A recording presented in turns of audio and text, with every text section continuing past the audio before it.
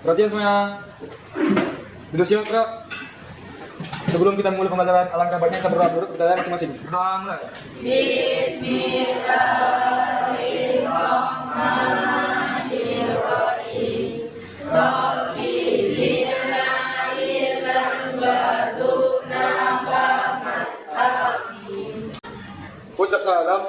Assalamualaikum warahmatullahi wabarakatuh. Waalaikumsalam warahmatullahi wabarakatuh. Selamat pagi semuanya. Pagi, Pak. Sehat? Sehat. Itu kelas siapa yang sudah hadir hari ini? Randy sama Najwa, Pak. Randy sama Najwa. apa keterangannya? Reniko Pak. Randy. Najwa sakit, Pak. Najwa sakit. Iya, Pak. Randy juga sakit, Pak. Randy sakit. Apa lagi? Iya, Pak. Randy. Sri Wulandari, Pak. Sri Wulandari. Apa keterangannya? Sakit. Oke. Ada lagi?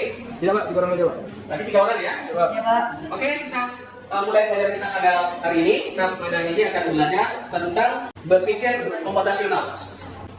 Tujuan pelajaran kita pada hari ini adalah siswa mampu memahami strategi algoritma standar sebagai cara bikin komputasional pada berbagai bidang untuk memastikan beberapa fungsi dari persoalan dengan data, diskrit, dan berbeda. Coba ini, jangan ini. Coba ini yang pertama ada beda. Kenapa kamu merasa kelelahan menghadapi masalah besar? Bagaimana cara menyelesaikannya? Nah, silakan dijawab. Dari pertanyaan ini, kira-kira pernah nggak kamu merasa kewalahan menghadapi masalah yang cukup besar dan bagaimana cara menyelesaikannya? Pernah nggak dalam hidup kamu ada yang merasa kewalahan menghadapi sebuah masalah? Bagaimana kira-kira menyelesaikannya? Berdiskusi secara Berdiskusi secara baik-baik. Oke, pertanyaan yang kedua. Coba Nuril, yang pertanyaan kedua coba dibacakan dan langsung dijawab apa kira jawabannya. Coba dibaca dengan keras. Mengapa kita bisa mengenali rutinitas yang berulang? Di mana kita bisa mengenali rutinitas yang berulang setiap hari? Kira mengapa? Ando, Pak. Nama saya Novi Jando, Pak. Mengapa kita bisa mengenali rutinitas yang berulang setiap hari? Karena kita bisa mengenalnya karena kita melakukan setiap hari, Pak, secara berulang-ulang. Karena kita melakukan setiap hari Ya, Pak. undang-undang, jadi kita dah hafal. Ya, Pak. Apa yang kita lakukan dah hafal kita. Ya, Pak. Contohnya mandi pagi, Pak. Sama pagi. Ya, Pak. Berarti otomatis kita udah tahu Ya, Pak. pagi itu harus mandi, gitu ya. Ya, Pak. Kasih aplaus untuk temannya. Nah, sekarang kita masuk ke materi kita. Jadi kita yang itu berpikir komputasional. Berpikir komputasional kan ada hubungan komputer kan? Ada kira? Ada nggak hubungan dengan komputer? Ada, Pak. Ah, ada. Dia berpikir komputasional ini berhubungan dengan komputer. Berhubungan dengan komputer. Jadi yang masuk dengan berpikir komputasional apa kira-kira? Menerapkan konsep-konsep ilmu komputer, Pak. Menerapkan konsep-konsep ilmu komputer ya. Berarti kita berpikir komputasional ini kita menerapkan konsep-konsep cara berpikir dengan komputer. Tapi bukan kita sebagai komputer ya, komputer itu adalah mesin, tapi cara berpikirnya. Jadi yang berpikir komputasional itu adalah metode penyelesaian persoalan dengan menggunakan teknik ilmu komputer. Jadi cara penyelesaian masalah atau problem solving. Jadi menggunakan cara teknik ilmu komputer. Sebenarnya berpikir komputasional itu bisa kita lakukan tanpa komputer dan tanpa internet. Seperti yang tadi yang disampaikan pada awal pelajaran tadi. Ya, seperti apa? Dalam kehidupan kita sehari-hari. Contohnya, Pak. pas bangun pagi kita gosok gigi, tadi apa? Mandi ya. Kan mungkin pas kalau anak sekolah kalau pas bangun pagi langsung pergi sekolah mungkin kan mestinya idealnya dalam pikir komputasional itu kita bangun pagi kalau bagi yang gosok gigi, mandi, sholat ya itu mempersiapkan diri untuk pergi sekolah dan lain sebagainya ya jadi berpikir secara komputasional dan juga di sini contohnya apa belajar ya belajar baca buku dan juga di sini menyiapkan pelajarannya itu termasuk berpikir komputasional jadi kita dalam sehari-hari itu kita bisa berpikir ya memecahkan suatu masalah pas bangun pagi kita ngapain jelas kan pas mau berangkat sekolah kita ngapain ya apa yang perlu kita lakukan nah ini ada ya dari yang berpikir komputasional contoh nah ini contohnya kalau kita ini apa yang mana apa yang kalian bisa baca nama apa ini ngapain mangu Menabung untuk membeli sebuah barang, Pak. Menabung. Beli sebuah barang. Jadi dia menabung. Jadi apa yang mau diinginkannya? Jadi, Oke. sama. Nah, kalau di sini kita lihat ya, dia ada punya tabungan, atau punya uang ya. Di sini dia berpikir, ini mau diapakan? Mau dijadikan yang apa nih? Hadiah atau kado ya? Kita nggak ada yang pernah hadiah, kenapa? Kado Kado ya, kado untuk temannya, mau dibelikan boneka atau buku. atau mau beli buku. Kan ada opsi apa ya? Ini berpikir secara komputasional. Kita berpikir untuk menyelesaikan masalah. Apa kira-kira yang dibutuhkan? Ini yang pertama. Jadi nggak ada pilihan. Jadi mana kira yang harus dilakukan. Nanti ada beberapa pilihan. Kita harus menentukan pilihan. Ya. Yang kedua ini apa ini? Orang yang lagi kebingungan, lagi tersesat di jalan. Orang yang kebingungan, tersesat di jalan. Apa yang mesti dilakukan? Apa kira? Dia memilih ada 3 opsi, Pak, antara melihat GPS, menelpon polisi, atau menuntut keluarganya, Pak. Cek keluarganya. Yang tiga kali apa ya? Nanti di sini dia di GPS atau peta ya, map ya. Yang kedua lapor polisi. Yang ketiga Cek keluarganya. keluarga cek atau telepon apa ya? Berarti ada opsi di sini ya. Jadi kita masuk dari dia komputasional. Jadi dia punya alternatif opsi terpilihan. Jadi apa yang mau dilakukannya? Ya, kita mau berpikir komputasional. Tapi kemana waktu dia bingung di situ kita pikir, berarti tak punya penyelesaian masalah gini. Jadi intinya di sini, kalau komputer itu kan bisa menyelesaikan masalah. Yes atau no, ya atau tidak.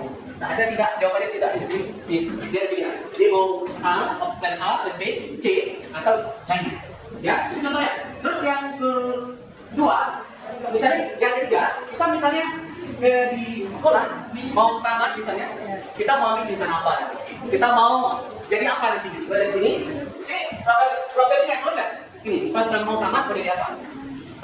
Mau kalau kuliah mau ambil jurusan apa?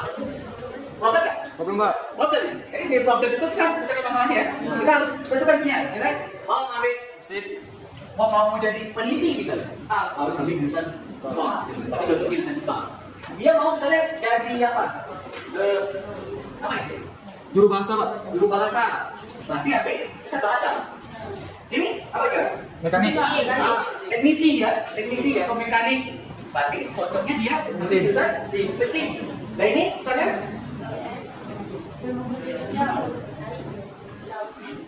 Menjadi budaya lestari, Pak. budaya lestari, Budayawan, Pak. budayawan. Ya. Ini ambil jurusan misalnya contohnya IP dan apa yang lain-lainnya, ya, yang lain-lainnya. Dan yang lain-lain. Dan jadi di daerah ini adalah problem dan perlu pemecahan masalahnya, ya, perlu pemecahan masalah. Kalau di sini kita lihat dari apa itu berpikir rasional itu dia punya solusi dari permasalahan. Kalau mau dia contoh di sini mau jadi apa? Mau jadi orang berbeda ini misalnya, bisa contohnya apa dan lain sebagainya. Itu adalah termasuk berpikir secara komputasional. Jadi kemampuan berpikir komputasional itu apa? Memungkinkan kita menggunakan komputasi atau komputer sesuai kebutuhan kita, ya, kebutuhan kita. Jadi kemampuan ini kan salah satu kemampuan dasar yang harus dimiliki apa? Apa kemampuan dasar yang kita perlukan? Itu membaca, menulis dan ya, apa? Membaca, menulis, oke. Dan pikir komputasional ini atau komputer tinggi ini ada 4 ya. Dia terbagi atas 4. Ada dekomposisi, extraction, classification, dan algorithm. Atau algoritma. Ini komposisi, algoritma. Oke, ada 4 ya. Ada 4. Dekomposisi atau dekomposisi. Apa kira-kira? Apa kira? Pikir komputasional itu dia ada 4 kategori. Ada yang tahu misalnya? Proses penguraian, Pak. Proses penguraian Atau klasifikasi, Pak. klasifikasi. Oke, benar ya. Dekomposisi itu masalah tetap dipecahkan menjadi berapa sub-sub yang lebih kecil. Jadi ada satu masalah, jadi diuraikan jadi sub-sub yang lebih kecil. Seperti yang kita apa ini? Seperti yang kita lihat ini gambarnya ini. Oke, ada semua masalah. Ini dikelas-kelaskan lagi, dikelompokkan lagi, sesuai gambar ini, kelompokkan lagi, jadi kelompok-kelompok ya. Misalnya ada 3 masalah, ini dipecahkan lagi, hingga ada sub-sub apanya, ya.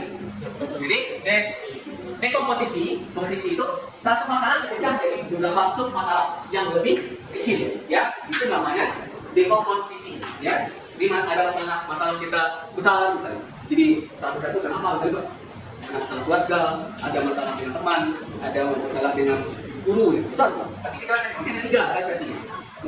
Ini masalah dengan guru, ini masalah dengan teman, masalah dengan keluarga. Nanti ada dikelas-kelaskan dan nanti pemecahannya juga dikelaskan juga. Itu namanya dekomposisi. Jadi suatu masalah dipecah menjadi sub-sub masalah yang lebih kecil, ya. Nah, selanjutnya pattern recognition itu artinya pengenalan pola. Ya, tinggal ini pattern recognition. Ini pengenalan pola. Pengenalan pola. Pola apa yang dikenali? Apa kira? Kalau lihat gambar, tadi kita gambarin. Ini pattern recognition. Ini pengenalan pola. Itu Pak, pattern recognition itu dengan cara mengidentifikasi dan memahami pola Pak. Mengidentifikasi Dan dan memahami pola. memahami Pola. pola. Oke, kasih Pak gambaran yang dengan pola ya. Pola seperti apa? Pattern recognition. Jadi kemampuan melihat adanya kesamaan yang akan memberikan kita untuk melakukan prediksi. Jadi mana yang sama? Kira dia apa? Lihat kesamaannya yang bisa kita untuk melakukan prediksi. Ya.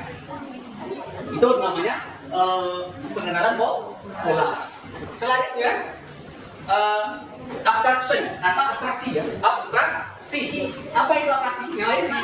Sudah. Proses menyederhanakan masalah kompleks dan fokus pada informasi penting. Proses Menyederhanakan masalah kompleks. proses menyederhanakan masalah kompleks Dan fokus. sehingga fokus. Dan kita untuk memahami inti masalah dan mengembangkan solusi secara efisien. Ya, intinya kita itu kemampuan yang memilih informasi yang kompleks menjadi lebih sederhana. Oke, kasih aku teman. Itu namanya abstraksi. Jadi kemampuan memilah informasi yang kompleks menjadi lebih sederhana atau informasi lebih bersifat general untuk memudahkan menjelaskan apa? Menjelaskan ide, ya. Ide. Oke, itu adalah yang dimaksud dengan abstraksi, ya, abstraksi. Dan selanjutnya yang terakhir namanya algoritma atau rancangan algoritma. Apa kira? Ya, silakan. Algoritma adalah suatu langkah untuk simpanan logis dan sistematis. Satu langkah.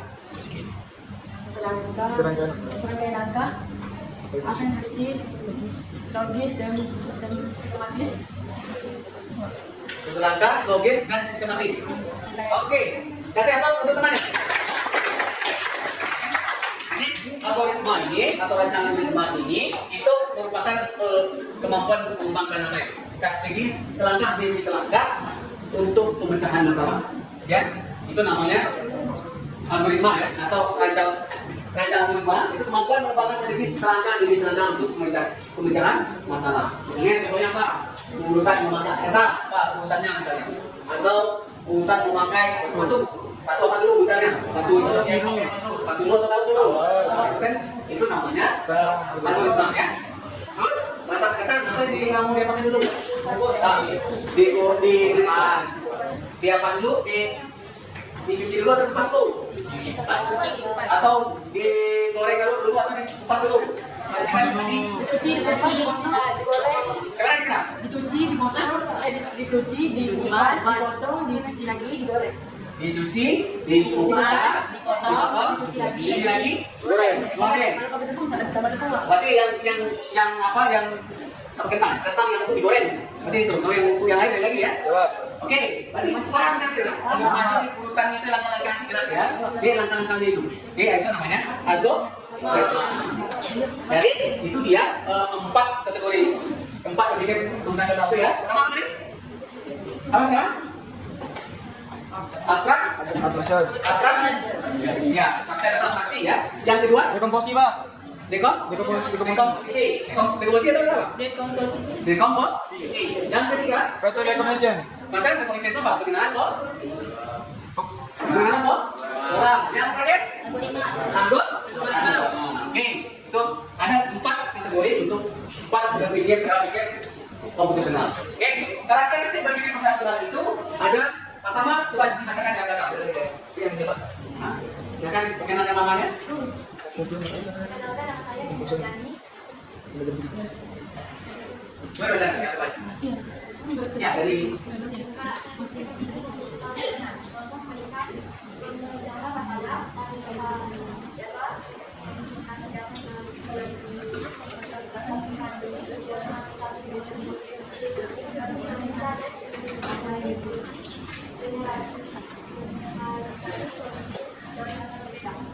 Oke, jadi itu karakteristik ya, karakteristik berpikir komputasional itu dia mampu memberikan pemecahan masalah, apalagi analisis data, itu representasi data melalui abstraksi, optimalisasi solusi, identifikasi, analisa dan implementasi solusi, selanjutnya generalisasi ya.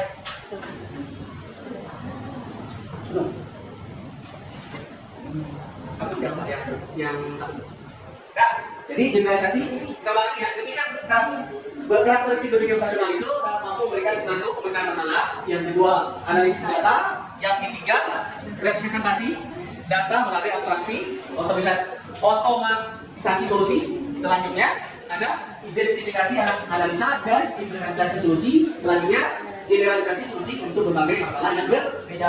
Itu adalah karakteristik berpikir komputasional. Oke, tadi yang ada kita tentukan memasak kentang. Sekarang kita coba lihat gambar ini.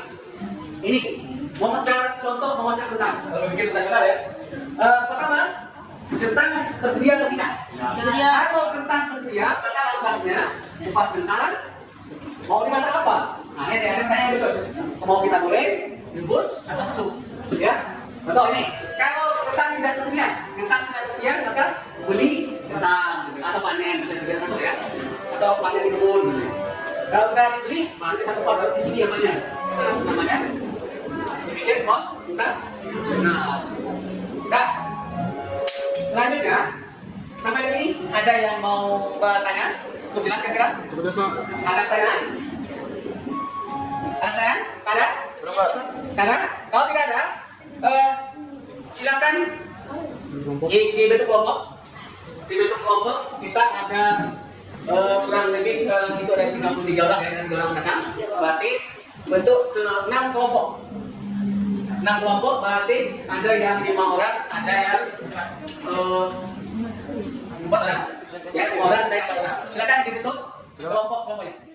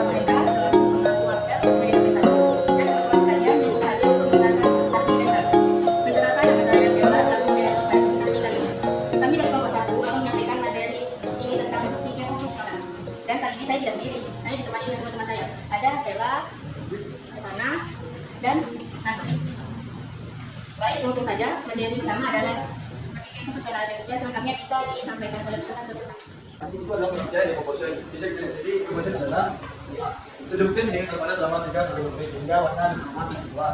Seperti step by step kita membuat teh atau menurut teh. Dan di sini ada pattern reduction, yaitu kita membagi apa aja yang dilakukan. Misalnya di sini bangun pagi saya melakukan kebersihan dalam diri, pagi berpakaian sampai mengesahkan perkara sholat dan berpamitan kepada Allah untuk mengakhiri sholat. Di sini ada yang berlima, yaitu sama ada seperti ini tadi. Cara kita berpikir apa yang kita lakukan selanjutnya. Di sini kami mengambil contoh tentang kantin. Berdiri di kursi, berjalan ke pintu, keluar buka pintu, jalan menuju kantin. Pesan makanan banyak dan kembali ke kantin. Di sini adalah abstraction. Bisa kita lihat di sini adalah peta dan benang. Kalau kita ambil contoh ini seperti kantin. Yang sini adalah lapangan, di sini kelas, di sini ada apa itu? Ruang labor. Di sini ada kelas nas dan di sini ada kantin. Nah, ini adalah contoh abstraction. Oke, dari semua ini adalah cara berpikir proporsional. Nah, dan kita ambil opsi-opsi yang apa yang kita lakukan selanjutnya.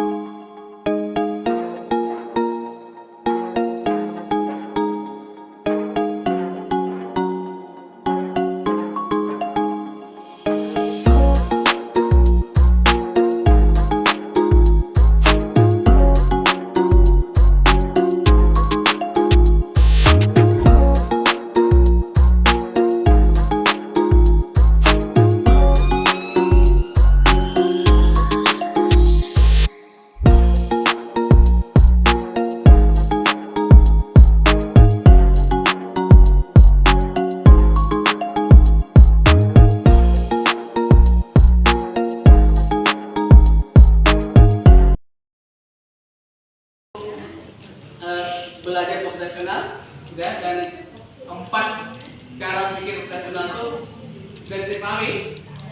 Yang pertama apa tadi? Dari komunikasi, terus algoritma, pengenalan pola ya, terus satu lagi ya, rekognisi itu adalah pengenalan pola. Apa satu lagi? Algoritma ya, abstrak ya, abstraksi ya. Mungkin itulah kesimpulan dari pelajaran kita hari ini, dan minggu depan kita akan belajar tentang materi selanjutnya tentang literasi digital. Sedikit saya sampaikan, literasi digital itu nanti bagaimana kita belajar menggunakan bagaimana pengetahuan kita untuk menggunakan media digital dengan bijak ya, dengan baik dan benar. Karena di luar ini Pak Yakin dan percaya sudah bisa menggunakan media digital, cuman kita nanti akan belajar bagaimana menggunakan media digital itu dengan baik dan benar. Mungkin itu saja yang dapat saya sampaikan. Terlebih dahulu mohon maaf. Kita lanjutkan minggu depan. Wassalamualaikum warahmatullahi wabarakatuh. Waalaikumsalam. Silakan kembali ke kelas ya.